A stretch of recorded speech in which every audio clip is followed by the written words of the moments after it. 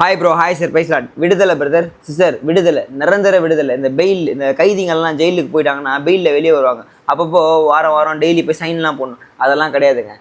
நிரந்தர விடுதலை ஆண்டு நீங்கள் இடத்துல பேச போகிற இந்த பொய்யை சொல்லி பாவமான வச்சு அதெல்லாம் ஒன்றும் இல்லை, ஜாலியாக இருக்கலாம் அப்படின்னு சொல்லி அடிமைத்தனத்தின் ஆவி உங்களுக்குள்ளே கொடுத்துட்டு அந்த பாவத்தில் அடிமைப்பட்டுருக்கீங்களே, உங்ககிட்ட தான் ஆண்டவர் பேச போகிறார். தீர்க்க தரிசனமாக அவர் வாழ்ந்த நாட்களில் அவர் பேசின வார்த்தையை இன்னைக்கு என்ன மறைச்சு உங்கள் இடத்துல வெளிப்பட போகிறார். விசுவாசிக்கிறீங்களா பிரதர் சிஸ்டர்?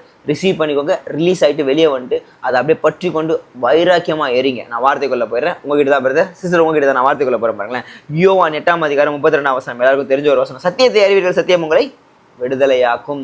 அவன் சொல்கிற பொய்யை நீங்கள் நம்பினீங்கன்னு வச்சுக்கோங்களேன், சரக்கு தானே, அதெல்லாம் அடி, ஒன்றும் பிரச்சனை இல்லை, ஒரு வாட்டி வச்சாலும் ஆண்டவர் ஒன்றும் சொல்ல மாட்டார். அந்த பொண்ணை பார்த்தான்னா உனக்கு பிடிச்சிருக்குன்னா பண்ணு, கிறிஸ்டின் லவ் பண்ணால் தப்பு இல்லை, கிறிஸ்டின் ஜாலியாக நம்ம தான் கல்யாணம் பண்ணிக்க போகிறோம்ல, அப்புறம் என்ன, அப்போ அதுக்கு முன்னாடி தப்பாலாம் இருந்தால் தப்பு இல்லை. இந்த மாதிரி தான் என்னை யோசிச்சு என்னோடய வாழ்க்கையில் இந்த ஆசீர்வாதங்களை டிலேவாகி நான் பெற்றுக்கிறதுக்கு காரணமே தான். இந்த மாதிரி தான் என்னை ஏமாற்றி நிறைய விஷயங்கள் எழுதுறேன். ஆனால் இன்றைக்கி நான் ஆசீர்வதிக்கப்பட்டிருக்கேன்.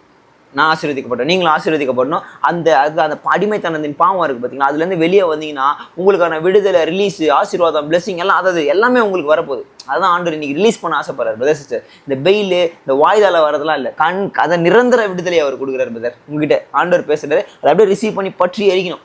இன்னைக்கு நீங்கள் பற்றி எறியணும். அதான் ஆண்டவர் சொல்றாரு. இப்போ பவுலும் சீலாவும் பார்த்தீங்கன்னா சிறைச்சாலையில் போட்டாங்க. அவங்க ஒன்றும் விபச்சாரம் பண்ணல, அக்கறம் பண்ணல, அநியாயம் பண்ணல, போட்டாங்க. சத்தியத்தை அறிந்தவர்களை கர்த்தர் என்ன பண்ணாரு, தூதனை அனுப்பி பிரேக் பண்ணி வெளியே கொண்டு வர. இயேசுவின் நாமத்தில் அந்த இடத்துல ஒரு அற்புதம் நடக்குது. இப்போ யோசேப்பு எடுத்துக்கோங்க. யோசேப்பு அந்த ஆதியில் பழைய ஏற்பாடு காலத்தில் சத்தியத்தை அறிந்தவர், அதனால அந்த பாவத்துக்கு விலகி ஓடினார். அடிமை பண்ணி இல்லைக்கு சிறைச்சாலையில் போட்டாங்க அவரை. ஆனால் கர்த்தர் அந்த இடத்துல ஞானத்தை கொடுத்து சிறைச்சாலையிலேருந்து வெளியே எடுத்துகிட்டு வந்து அதிபதியாக்குனார். உங்களையும் அடிமைத்தனம் பண்ணி வச்சிருக்கான்ல சிறைச்சாலையில், அந்த பாவ சிறைச்சாலையிலேருந்து வெளியே எடுத்துகிட்டு வந்து அதிபதியாக்க போகிறார். புரியுதா பிரதர் சிஸ்டர்? உங்ககிட்ட தான் பிரதர் சிஸ்டர் தீர்க்க தரிசனமாக பேசிகிட்டு இருக்கேன் பிரதர் சிஸ்டர். உங்ககிட்ட தான் அந்த கட்டுகளை விட்டு வெளியே வரணும்னா நீங்கள் ஆண்டவர்கிட்ட வரணும். ஓகே, ஆண்டவர் விட்டு அவன் பேச்சை கேட்டு அந்த மாய்மாலமான கதையை கேட்டிங்கன்னு வச்சுக்கோங்களேன், அவன் அப்படியே வச்சுன்னு ஜாலியாக மசாலா போட்டுன்னு அப்படியே நல்லா தான் இருக்கும். ஒரு நாள் வரும், அச்சு விட்ருவார். ஆள் நான் சிம்பிளி தான் நடக்கும். ஓகே, சும்மா இந்த மசாலா தடவிலாம் உங்களை ஆசீர்வதிப்பாரு, அந்த மோட்டிவேஷன் பேசலாம் இங்கே கிடையாது. காலம் கடைசியாகுது, அவன் பிளானே வேறையாகுது. உங்களை குறித்து ஆண்டவர் பிளான் ரொம்ப வேறையாகுது. ஸோ அப்போ நீங்கள் அதை யோசிப்பீங்களா, நீங்கள் அவங்க கூட சேர்ந்து போய் பட்டுன்னு சீன் பண்ணு அப்படியே சுற்றின்னு இருப்பீங்களா பிரதர்? புரியுதா? பொருளை திரும்ப கேளுங்க, ரொம்ப தெளிவாக புரியும். உங்களை கொஞ்சம் திட்டம் ரொம்ப பெருசாக இருக்குது. அவள் நான் வேறு எதுவும் சொல்கிறதுக்கு இல்லை. இதனால் இல்லாங்க அவனுக்கு கத்திரிக்கு சொல்கிறேன். மாமன் இல்லையா? Love you.